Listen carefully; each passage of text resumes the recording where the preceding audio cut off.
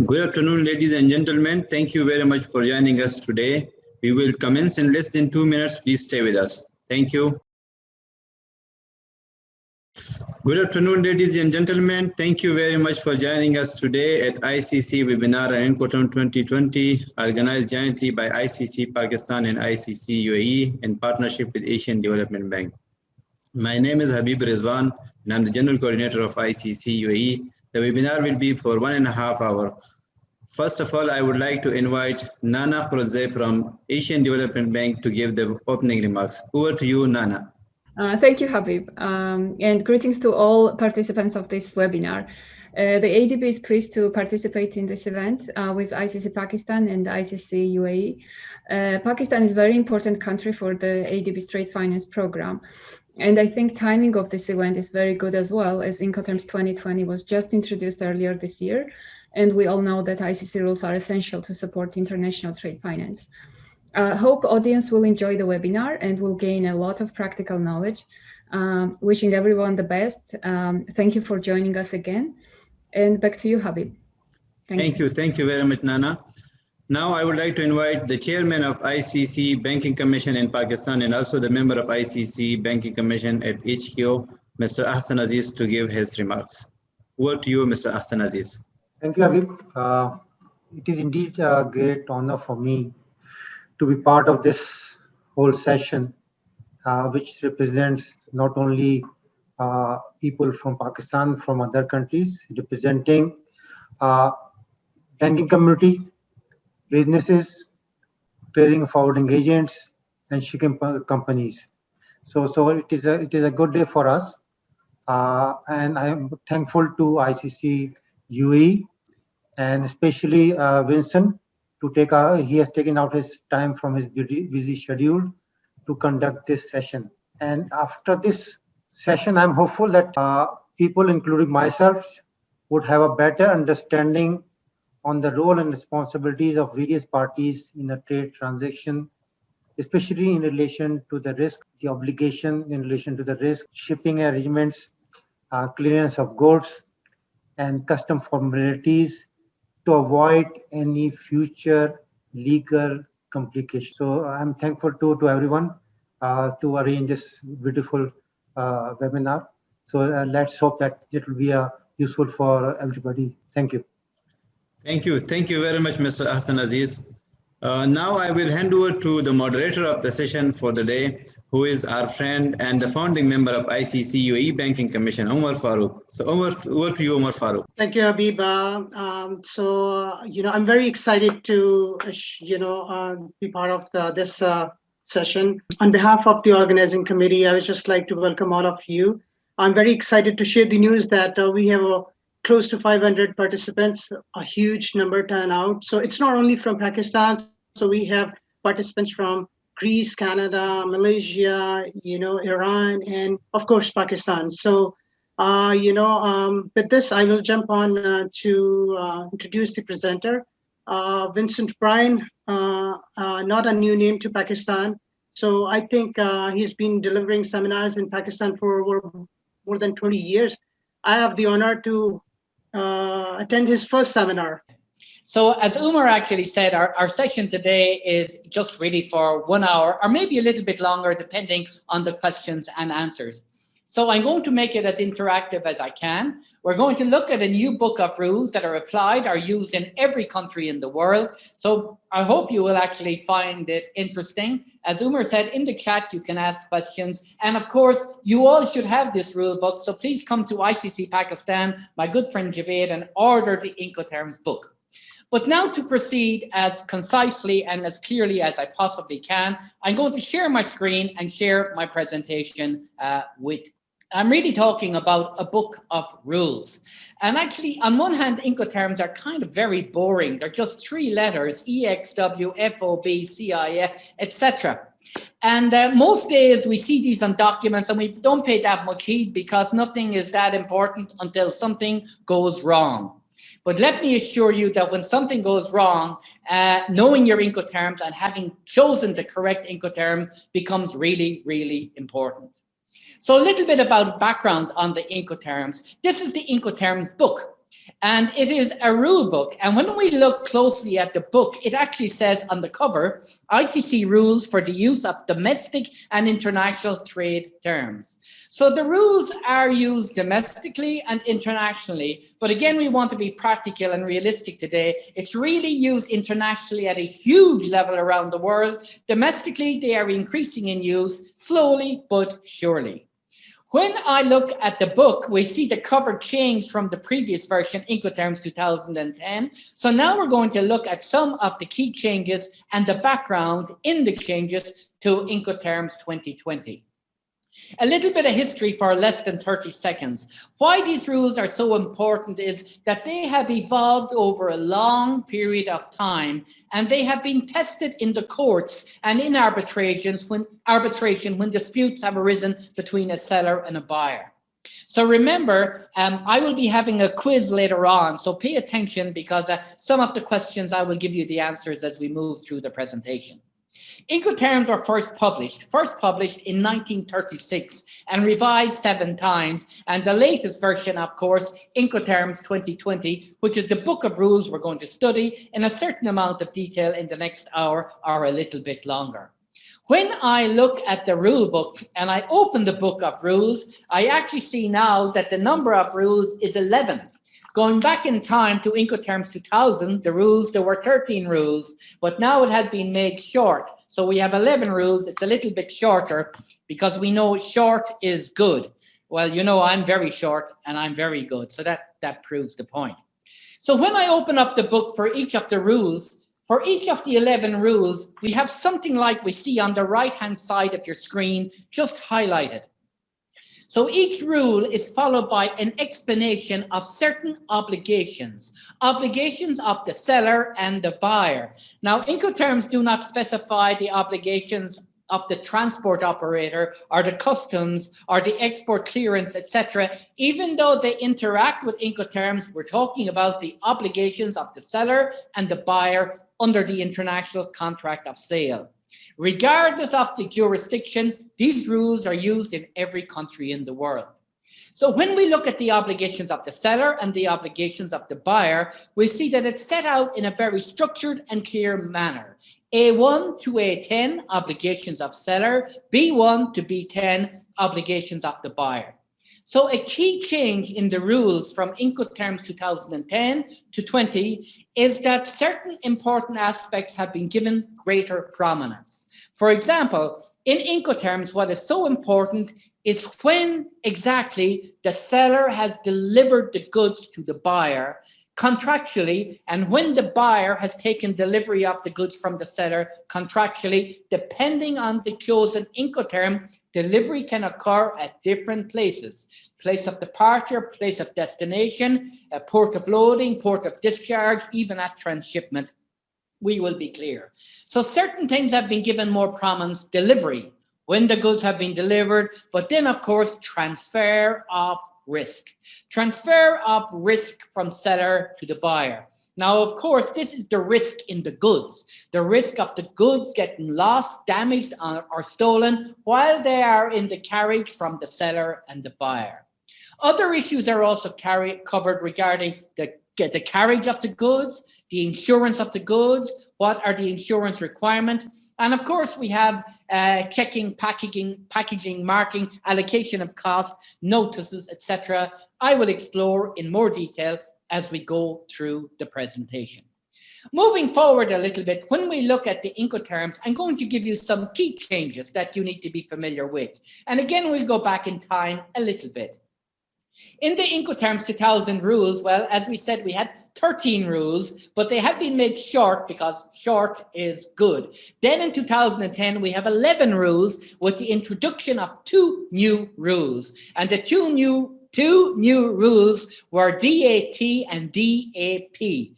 DAP and DAT, delivered at place and delivered at terminal.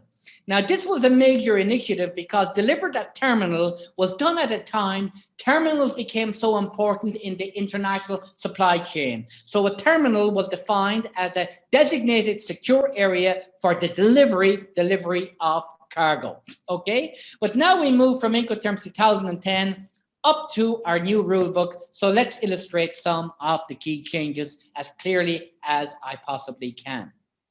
When we look at the changes on the surface, they don't look to be too significant, but in practice, they are very, very, very important.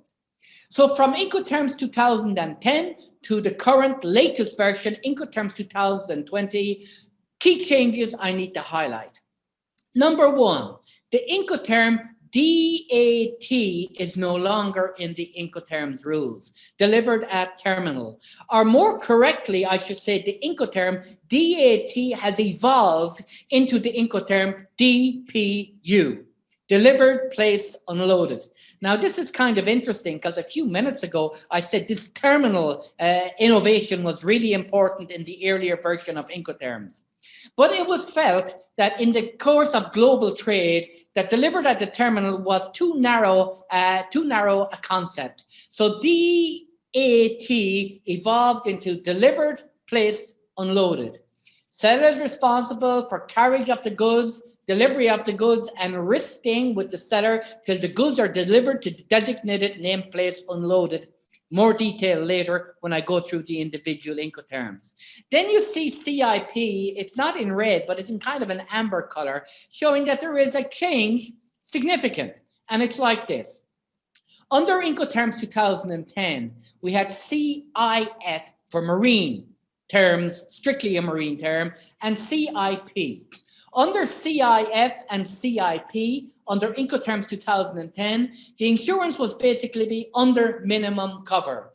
But now it is understood that CIP, for many reasons, but one of them is it's used extensively for air shipments. And air shipments tends to be, not always, but tends to be smaller, higher value goods. So of course, if there is an incidence of loss, you may need to have higher protection in your insurance. So CIF, to summarize, remains minimum recovery requirement under the rules as written in the book, but of course you can modify in your contract. But CIP now requires a higher level of insurance, usually referred to as Institute Cargo Clause A standing for all risk cover. Two changes you need to be aware of.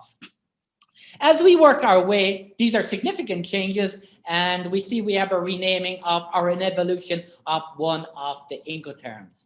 So the Incoterms are really important. Like, for example, this exporter, I know some of you are smiling, you've seen this picture a long time ago. This Irish exporter is exporting all over the world, different countries, different jurisdictions, different regulations. So how can we have one book of rules that could cover everything? Number two, Incoterms don't cover everything, but they cover a lot of the key components of the obligations of the seller and the buyer. So Incoterms are like the ABC of international trade. ABC, very important. If you don't know your ABC, you cannot communicate. ABC, 3 letters. Incoterms, 3 letters. If you don't know your 3-letter Incoterms, you cannot communicate regarding the contract of trade as a seller with a foreign buyer. Here, Mr. O'Brien is the Irish exporter exporting all over the world. But by just giving 3 letters, CIF, Jebel Ali Port, he's telling the buyer so much information. So in the chat, I would like you to type 1 or 2 words, if you don't mind. I'm going to ask a question. You can answer. Just type it in the chat. Don't worry about it, okay? I'm the seller. You're the buyer. 3 letters. Under CIF globally, who is responsible for organizing and paying for the freight? Seller or buyer? Type seller or buyer in the chat. And you guys are so fast. My gosh, everyone is typing seller, seller, seller, seller. Everyone is set. It's too easy. Under CIF, who is responsible for import clearance or import duties customs? Seller or buyer? Just 3 letters, a tricky question. Who is responsible for import duties and clearance under CIF, under the standard rule? Type seller or buyer. And I'm watching the chat and you guys are so quick. Buyer, okay, you guys are wonderful. Okay, but then let me ask you another question. Under the standard rule, who is responsible for unloading under the marine term CIF, seller or buyer, unloading charges at the port of destination or port of discharge, as some people would call it? Who is responsible for unloading? Type in the chat. And again, You guys are wonderful. Everyone is saying buyer, buyer, buyer. And we have a very smart person. Louisa said, unless buyer unless included in the contract of carriage. I think you know your Incoterms, Louisa, better than I do. Maybe you should be doing the presentation. Moving forward, we're going to talk about delivery and we're going to talk about risk. So imagine I'm the exporter, and I'm the exporter, as you know, in Ireland, appearing on the screen, and you are the buyer in Pakistan or maybe UAE. Different country, different regulation, different applicable law, different jurisdiction.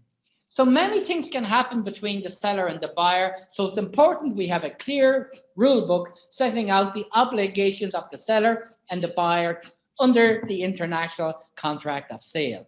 Incoterms, as we said, are important because they are a book of international rules.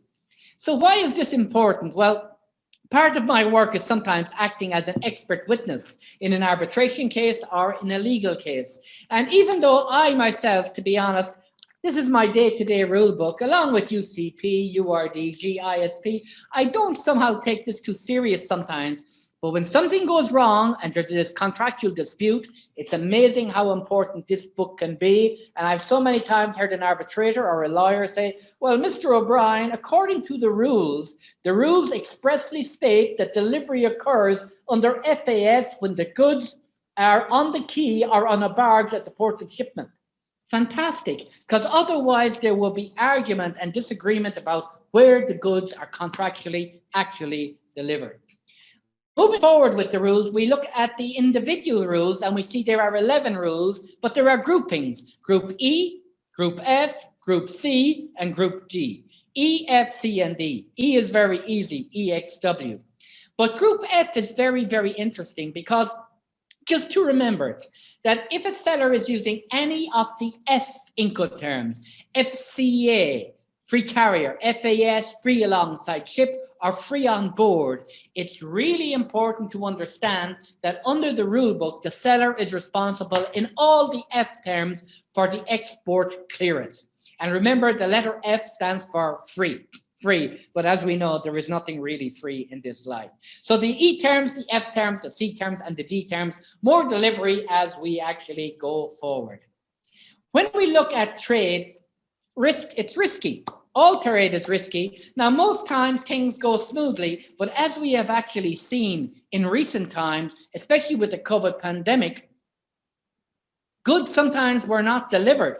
Or really, I should say, goods were not unloaded and reached the place of final destination. We also saw not only goods with challenges with the supply chain, but the physical supply chain and also the paper supply chain. So documents were getting stuck in banks, or the exporter couldn't present the documents to a nominated confirming bank, or the documents got into the bank, but they couldn't get to the issuing bank. But that is another story for a little bit later in the presentation. Now, on your screen, you have a picture. I'm the exporter. I have a question for you. The goods were loaded on board the named vessel at the port of shipment. You can see. But when the goods were loaded on board, an accident happened. Unusual, but it happens, okay? In my hands, I'm holding the original bills of lading, and I am the seller. And the Incoterm is FOB, free on board. But I'm holding the bill of lading showing the goods shipped clean on board, named vessel, port of shipment. Under the rule book, whose risk is it? Seller or buyer, even though the good has not set sail for its port of destination or port of discharge. So I want you to type in the chat, type in seller or buyer, whose risk, seller or buyer. And you guys are great again. Wonderful, wonderful. Oh, you all know the answers, okay? Okay. Once the goods are placed on board the named vessel at the port of shipment, the risk transfers from seller to buyer, and this is evidenced by the bills of lading. Fantastic, really, really wonderful presenting to you. Thank you for answering. It makes my life so easy.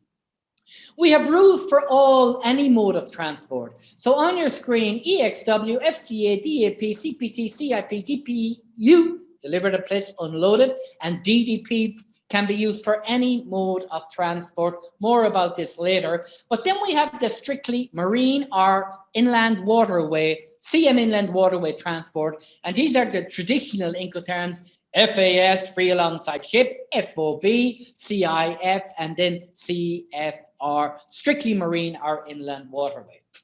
Moving through the Incoterms, and we're on good time, we have 11 rules, but I'm not going to go through the 11. I'm just going to give you some key points. I'm an exporter in Ireland. You're the importer in Pakistan or one of the other beautiful countries here today. You asked me for a price of the goods. I have to issue a commercial invoice. I'm based in Ireland. My price will most likely be in euro, but maybe I'll use the dollar as well, but euro. So if it's EXW, I will give you the price of the goods. Now, under EXW, based on an ICC traditional diagram, we have the seller on the left with the good, we have the buyer on the right with the money. Then we have inland delivery of goods, we have loading, we have the main transport, unloading, local carriage, and then we have the buyer. So we have carriage of the goods, we have delivery and risk, and then we have who's paying the cost. Well, this one is so easy. Export clearance, import clearance.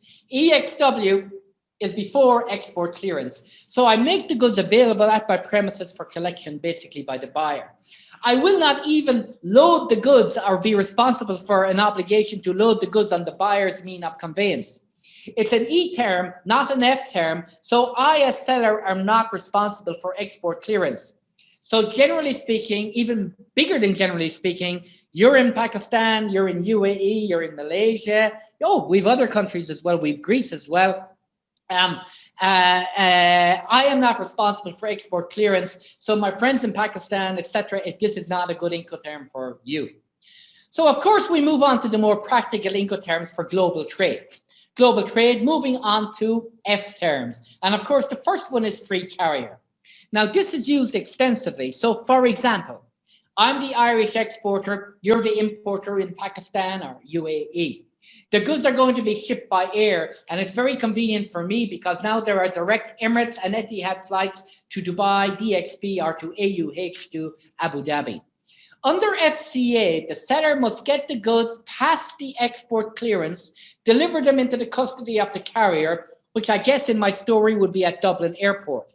I must get the customary transport document. The goods are going by air. It's going to be the airway bill, usually a regional 3 for the consignor. At this point, the risk has transferred from seller to buyer because the goods have been delivered. And even in all the Incoterms, when the goods have been contractually delivered, the risk also transfers from seller to buyer, an interesting point to remember.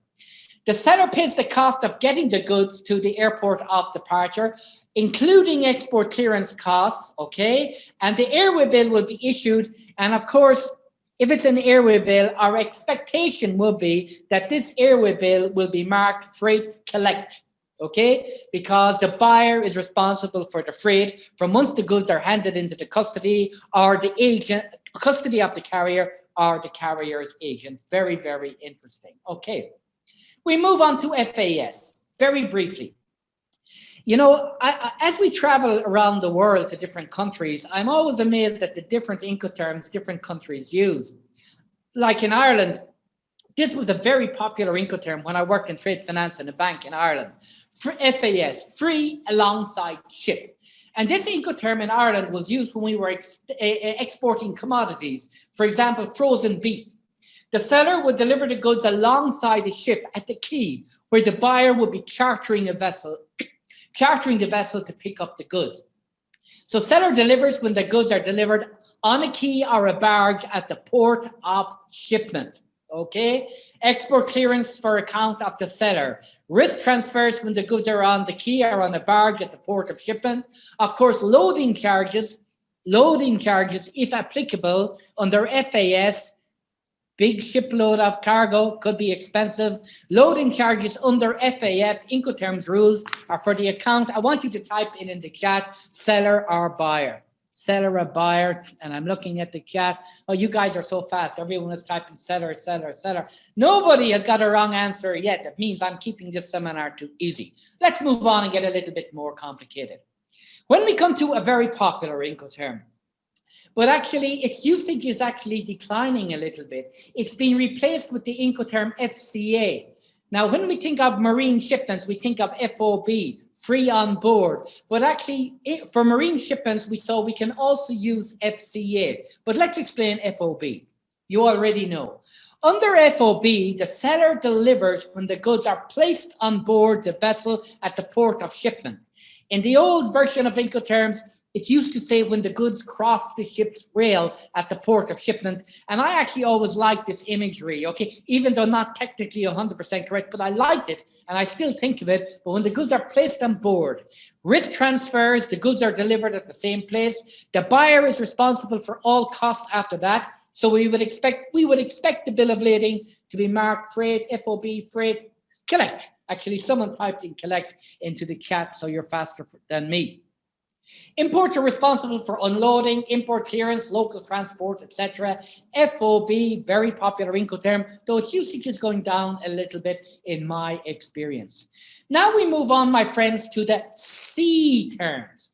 C terms, and I have a few questions I might just ask for the yeah. Oh, someone asked, can you get the PowerPoint slides? You can get the PowerPoint slides, and you'll even get the movie. Okay, so you will get the movie. So that means I'm going to become a movie star, I guess. That sounds great. That sounds wonderful to me. Okay, questions and answers. Now, actually, I get back to my presentation. Great. Under CFR, the seller is responsible for paying the freight to the named port or place. Oh, sorry, CFR would be a marine term, named port of destination. So the seller is responsible for organizing the carriage and paying the freight charges. Now, very interestingly, please remember, seller pays the carriage until the named port of destination or port of discharge, but actually the transfer of risk under the rule book, the transfer of risk from seller to buyer does not happen at the port of discharge. It happens again when the goods are placed on board the vessel at the port of shipment. Placed on board the vessel at the port of shipment, even though the seller is paying the cost of the freight to the named port of discharge, okay? And of course, as somebody answered already, unloading charges will be for the account of the buyer unless included in the contract of carriage agreed and paid for, I guess, by the seller. CIF, of course, marine term coming up. And under CIF, it's really the same as CFR, but we have an additional of the I, and the I stands for insurance. And as you already know for many years, the minimum amount of the cover should be 110% of the CIF or invoice value. But remember, under CIF, the insurance is under minimum terms unless the contract otherwise specified between the seller and the buyer. Carriage of goods from seller to the named port of destination. The seller is organizing and paying for the insurance, but while not legally correct to explain it, I could say really this insurance is for the buyer to make a claim should something happen to the goods during their carriage. So risk transfers under CIF still when the goods are placed on board the vessel at the named port of shipment. Seller paying the cost, but now the additional insurance cost. So the invoice price is probably going up a little bit. CIF, cost, insurance, and freight. So this brings me actually to a little case study I have here, and let me explain it. Okay. You can see the computer screen. So I was sitting in my computer, in my office, now in the UAE, okay? And next thing I got an email, and the subject was CIF, named port of destination, force majeure, okay? Sounds interesting, especially these times. And it was from a lady called Ashi. So I'm going to zoom in so we can together read the question. So the question was addressed to me. COVID-19 is problematic. Okay, we, the exporter, shipped on the basis of CIF. Well, of course, CIF would be to a port. It's a marine term. So it's a CIF port B, port of destination, Incoterms 2020. The goods were loaded on board the vessel at port, I guess it must be port A. Oh, the vessel VIN. Oh, the name of the vessel is VIN. That's very convenient. But VIN is a very good short name. At port of loading, port A, or port of shipment, for destination port, port B. Well, sounds very normal to me, nothing exciting. The problem is that due to lockout, maybe that should be lockdown. But anyway, the problem is that due to lockout at destination, the goods could not be unloaded.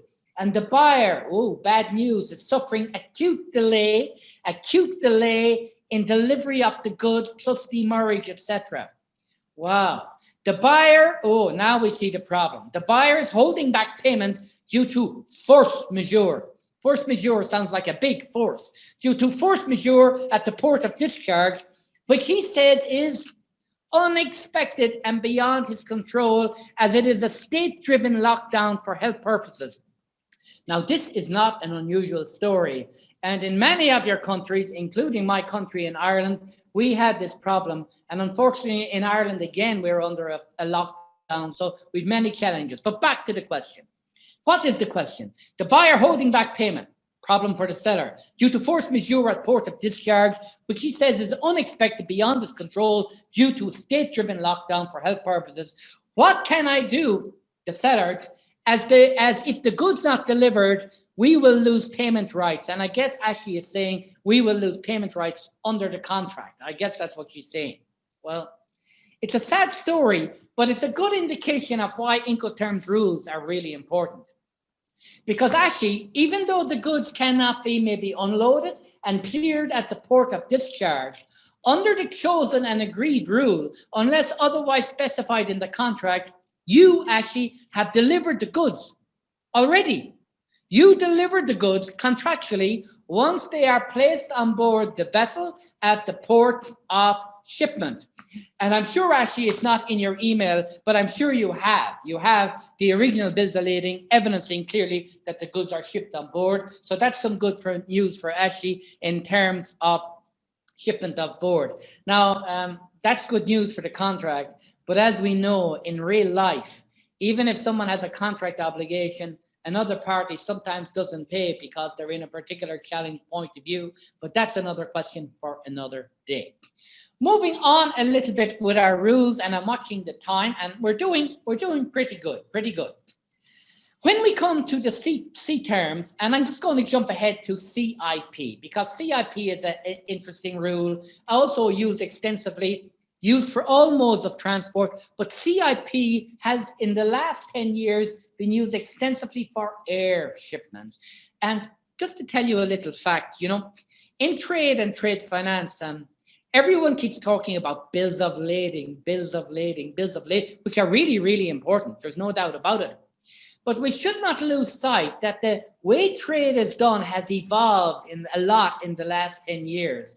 So now in value terms, nearly 30% of global trade in value terms, in currency terms, a little bit less than 30% is actually shipped by air. So the importance of an airway bill should not be underestimated, okay? But that's a story for another day. So CIP, I'm the exporter, shipping to Karachi in Pakistan, which I miss very much. So maybe my Incoterm is CIP, Karachi, Pakistan, Incoterms 2020. The goods are going by air. The goods will be shipped from Dublin to Dubai, most likely, or to Abu Dhabi. The goods will be transshipped, so they will be transshipped. And then the goods will be taken by air to Karachi Airport in Pakistan, CIP Pakistan. Seller pays the carriage until Pakistan International Airport. The risk, as we saw, transfer when the goods are delivered into the custody of the first carrier, and I obtain the delivery document, which goods going by air will be our airway bill, typically a regional 3 for the consignor. Seller pays the freight charges, so the airway bill I expect will be marked freight prepaid or freight paid, and of course the buyer is responsible for the unloading charges. But actually, if it's CIP and air shipment, well, usually 99% of the time, if it's CIP, unloading charges in terms of the freight will be included in the freight charges, but the buyer responsible for import duties, taxes, and inland delivery, etc. CIP. But remember, the insurance requirement has changed under Incoterms 2020. Now it is at a higher level, recommended all risk, institute cargo clause A risk. So we are making progress. I had a case study here, but I Actually, we will do it. We're on good time because I know if I'm over time, Umar will appear and tell me I'm behind. But thankfully, so far, so good. So let me try this case study. And again, I'll make it, you just need to type in a very simple answer. Here it is. Seller in Ireland exporting confectionery goods to Russia. Okay, the Incoterm is CIP Moscow, and I guess it's Moscow International Airport, Domodedovo Airport in Moscow. Okay, so here is the question. I was asked the question. It's about an earlier version of Incoterms, but I've updated for you to answer the question. So the exporter is asking me, is asking you. We're glad to advise that the Russian market appears to have rebounded, at least in our business, the exporter's business, which is the export of confectionery ingredients. We, the exporter, are currently shipping to Moscow on a bi-monthly basis. Our problem, the exporter, is not a payment problem, okay? Okay, good, or is not a documentary credit or even payment problem, as we, the exporter, get payment in advance of shipment against pro forma invoice, smart Irish exporter. Our problem relates to Incoterms. Now it says 2010 here because that was the question, but I want you to answer it Incoterms 2020. It's the same answer, okay? Specifically CIP Moscow. Having received payment by SWIFT transfer, we shipped the goods to Moscow. To obtain clearance of the goods, our customer had to pay a duty surcharge. So the goods were shipped from Dublin by air to London Heathrow, transshipped on Aeroflot to Moscow International Airport. But when the goods arrived, the customs said, sorry, importer, you must pay duty surcharge or no goods. So what happened was, to obtain clearance of the goods, the Russian customer had to pay a duty surcharge. The Russian said, we are not maintained, it's not our obligation to pay this duty surcharge, but that of the exporter. So there's a little bit of a minor dispute between the seller and the buyer. And logically, in your head, you could argue each way. CIP Moscow, the seller should pay all charges, including duty surcharges, to Moscow. But the buyer is thinking, no, CIP, the seller should be responsible. But so we have an argument. So my question is, while not a documentary credit question, we would appreciate if you could clarify, who is responsible for paying the duty surcharge under Incoterms CIP Moscow. It's Incoterms 2010, but it's the same answer, Incoterms 2020. I want you to type in seller or buyer on the in the chat or in the chat. Wonderful. You are all answering. Oh, everybody knows the answer. Buyer. Oh, we have one seller. Good. It's getting a little bit tricky. We have one seller. Buyer. Yeah, we have a very smart Louisa here, and Iqbal is getting all the answers right as well. And of course, the answer is it's the buyer under the rule book, duty surcharges, taxes, etc., for the account of the buyer, not dealing with the timing. In Incoterms 2010, we had two new Incoterms. You remember? We had DAP and DAT. We still have DAP. Now, the D terms are increasing in usage in global trade. And even in the COVID times, my experience is the D terms are increasing. And this is because the seller wants to take as much control for good reasons to ensure quality of delivery. The seller wants to take as much control as possible of the supply chain between the seller and the buyer. Because under all the D terms, delivery terms, the seller is delivering the goods at a named place or port of destination, but the risk is staying, not like CIF, CFR, CIP, CPT. The risk is staying with the seller till the goods are delivered to the designated named place or named port. DAP, seller responsible for the carriage of the goods to the named place or port of destination. This time, the risk stays with the seller. Risk is responsibility of the seller till the goods are delivered at the designated named place. The seller pays the cost till the goods are delivered to the designated named place. But of course, for the seller, DAP does not, in the standard Incoterm, include unloading of the goods. Now, my friends, to be practical again, this Incoterm can be used for any mode of transport. If it was DAP for an air shipment, this unloading thing is not that important, as you can imagine. But if it was DAP for a chartered vessel of a commodity, and DAP makes me responsible for unloading the commodity, the charges could be very significant, and then it's very important. So remember, DAP does not include unloading as the standard rule in Incoterms 2020. Moving on to the very new Incoterm, DPU. Okay, I'm beginning to get confused. DPU, delivered at place unloaded. So now I'm delivering to you and you're in Karachi or you're in Dubai, or I see someone here is in Jakarta, someone here is in Athens, and maybe I'm shipping the goods again by air. I like air shipments, okay? It makes it simpler for me. So I'm using the Incoterm DPU. This means the seller is responsible for delivering the goods, organizing the contract of carriage to the designated named place, Karachi International Airport. The risk stays with the seller till the same place, designated named place, Karachi International Airport. The seller pays all costs to the designated named place, Karachi International Airport. Importer is responsible for import duty. Well, this sounds exactly like DAP. I must be making some mistake here. Oh, I'm not. Just highlighting for you. And when I see Umar appearing, it means either I'm running out of time or I'm not answering some questions. But let's see in a moment. Wait till I finish this. Wait a moment. So to summarize, so under DPU, the seller must deliver the goods to the named place, but this time it includes unloading, which for air shipment, not that important. But if it was a chartered vessel, and now I as seller am responsible for unloading charges, it can be significant. So before I go to the last Incoterm, Umar, I think you want to tell me something. Am I over time? Yes, Vincent, you are doing a fantastic job, but I just, sorry to interrupt you. I think there are a few questions that you may have not been seen. So I think it'll be easy, it'll be good to, we can address it over here. So one of the participants mentioned that you said that under FOB terms, the risk, switch from seller to buyer when the goods are shipped on board. So what about compliance risk? So can you just shed more light on it? So what about, compliance risk? Does it transfer from seller to buyer, or how does it work? This is this sounds like the question is, what about compliance risk? Because if you read the book literally, it tells you the risk transfers as your questioner asked from seller to buyer. But really, this book is really regarding the risk, is only regarding the delivery of the goods.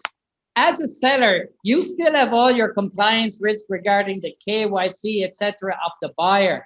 Just because the rule book says risk transfers from seller to buyer, this does not cover anything to do with compliance. Although this is not the first time I've been asked this question, so it's a very good question, not covered in the book, full stop.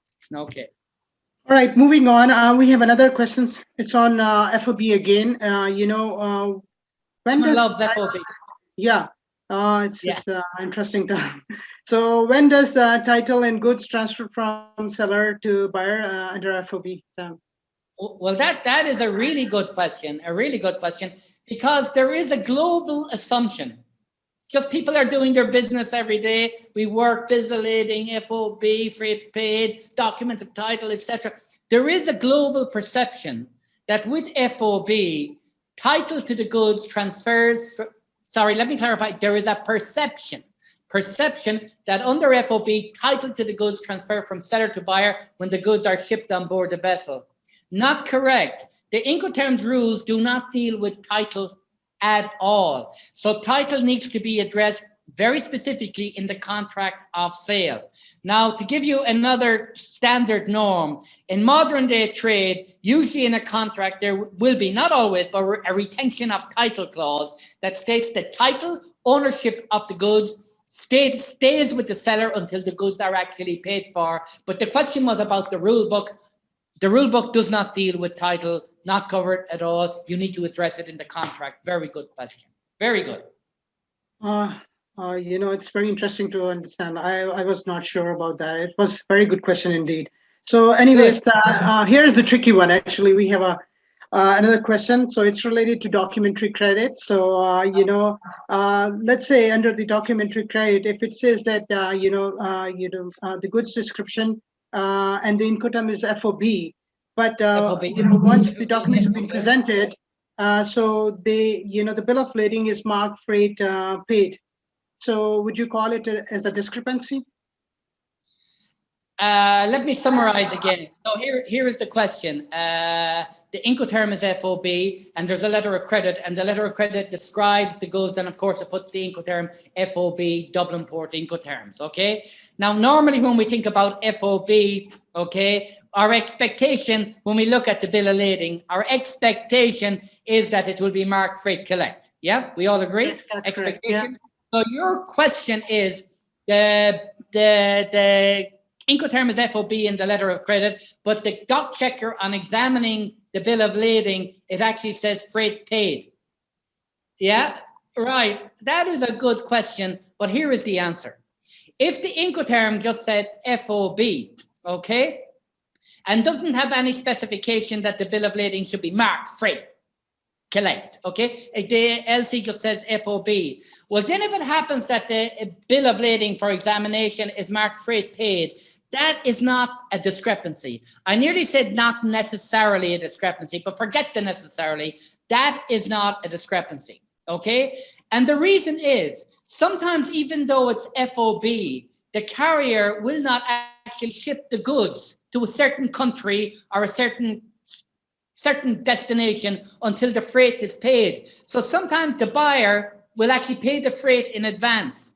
Then the bill of lading gets stamped freight paid, which, yes, it sounds like there is a conflict. Now, if the LC specified the bill of lading should be marked freight collect and it's marked freight paid, that is a discrepancy. But if there's no specific requirement, it is not a discrepancy. Very good question. Tricky question. So interesting to know that if there is no such requirement, so we cannot call it as a discrepancy. So I think, yeah, that's it from my side, for the time being. Let's see. Okay. Thank you, Umar.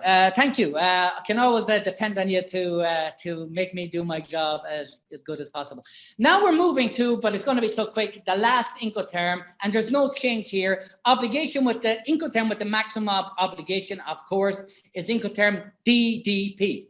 And in all our stories, I'm the Irish exporter exporting to UAE, or now I'm exporting to Karachi in Pakistan. So if it was DDP, I would be responsible for delivery, carriage, but also import clearance. Delivery usually to the buyer at the buyer's premises. The customary document usually specified is a POD, proof of delivery.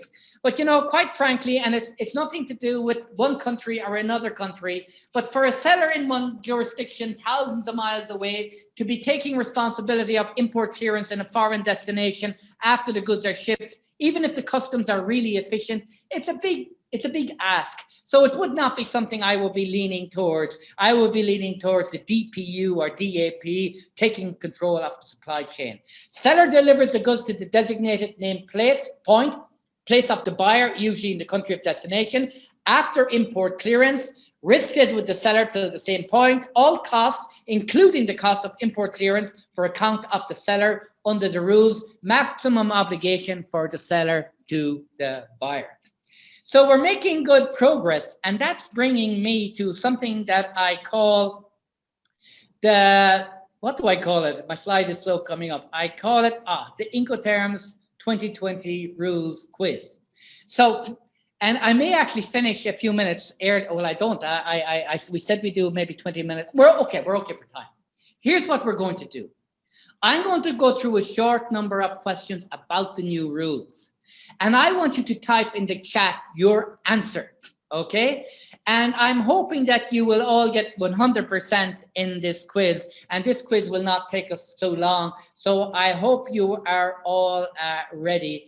And I just have another question. I have a question. What is the difference between CIP and CIF for marine shipments? And that's also a good question. But if you don't mind, I'll come back to it a little bit later. Okay. Here we go. And I want you to type in the answer if you don't mind. Okay, let's go. Here we go, the first question. Okay. Question 1 on Incoterms 2020. In all the Incoterms 2020 rules, we're talking about obligations and duties. Question 1. In all the Incoterms 2020 rules, the seller has an obligation to provide the buyer with a commercial invoice. And I want you to type true or false. Okay?